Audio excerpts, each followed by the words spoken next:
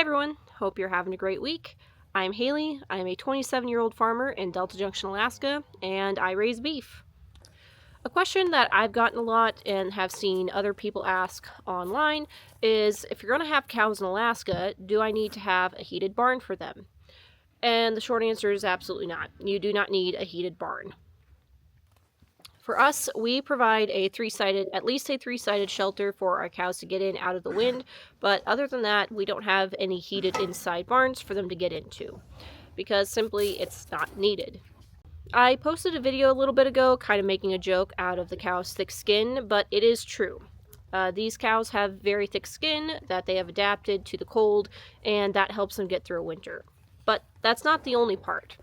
The other side of it is, along with the thick skin, is that they need to have adequate nutrition. They need to be at least a 6 going into winter, because there's every chance that they could lose condition as they go through the winter. Now, they shouldn't, and I really haven't seen that except for in years where our hay has been really poor, but for the most part, everybody maintains condition. Essentially, what it comes down to is meeting their energy requirements, which increase as the temperatures get colder. Along with ensuring that forage is providing enough energy for these guys to continue maintaining their condition as they maintain pregnancies, we also have to make sure that they have access to water 24/7.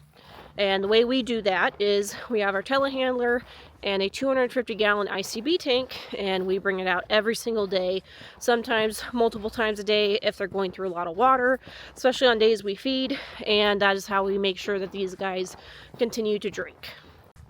Now, an obvious question is, well, Haley, the water's going to freeze. How do you keep it open? Well, that's easy. We have these submersible tank heaters that we plug in, and that keeps the water open. Now, one problem that we run into is our water is extremely rusty, so eventually the water tank heater gets coated in rust, and we have to pull it out and switch it out.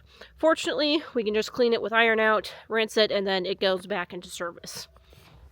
Now, I did say that having a heated barn is not a requirement in order to keep your cows healthy and happy, but it is recommended that you at least have some kind of shelter for the cows to get in, whether that's a tree for them to get under, or a three-sided shelter, or, like we have, a calf barn, and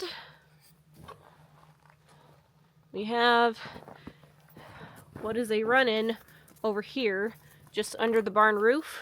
That's a run-in for the cows in the corral get into. The reason for this is that when it gets really windy, the wind chill is really more of a killer than anything else. That, along with dehydration. Now, another thing to consider is that when the temperatures are dropping steadily, the cows actually adapt pretty well to it. You just increase the feed, you increase the kind of feed they're getting, what have you. It only really becomes a problem when we get sudden hard drops that are like 10, 20, 30 degrees, and the harder the drop, the harder it is on the cows. And the reason for this is for the dehydration aspect. Cows can get dehydrated very, very fast, and in Alaska, at least in the interior, our winters are so dry that it really sucks the moisture out of everything.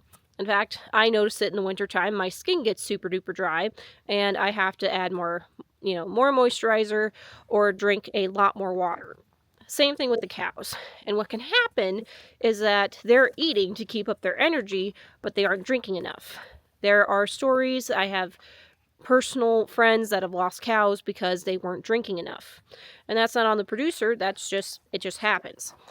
One way that we can combat that is by pouring salt on the hay. Obviously, salt makes people thirsty. So, by pouring salt on the hay, that is forcing them to go take a break and drink.